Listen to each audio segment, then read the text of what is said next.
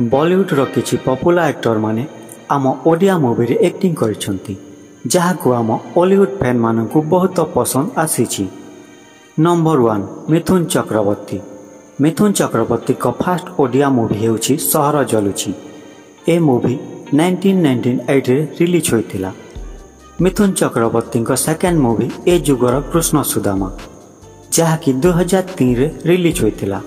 ए movie को मध्य आम Hollywood fan माने बहुत पसंद करिसंती। नंबर 2 बॉलीवुड एक्टर जैकी श्रॉफ 2013 मसीह रे डाहा बालुंगा मूवी रे नजर आसीथिले।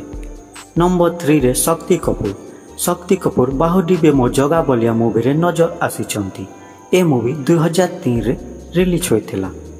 शक्ति कपूर सेकेंड ओडिया मूवी छाती तले डिंग डंग। ए मूवी 2016 रे रिलीज होइथिला।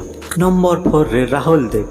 राहुल देव महानायक मूवी रे नजर आसीचंती। ए मूवी 2007 रे रिलीज होइथिला।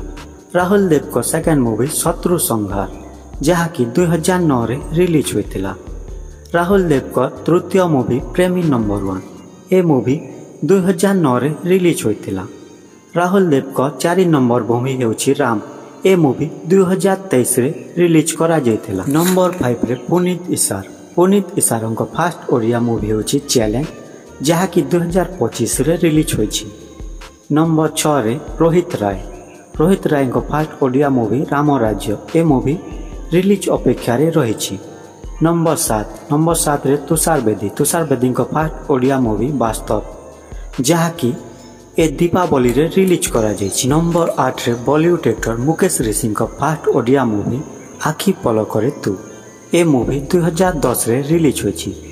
एमिति ओडिया मूवी विषय जानिबा पई आम चैनल को सब्सक्राइब करंतु।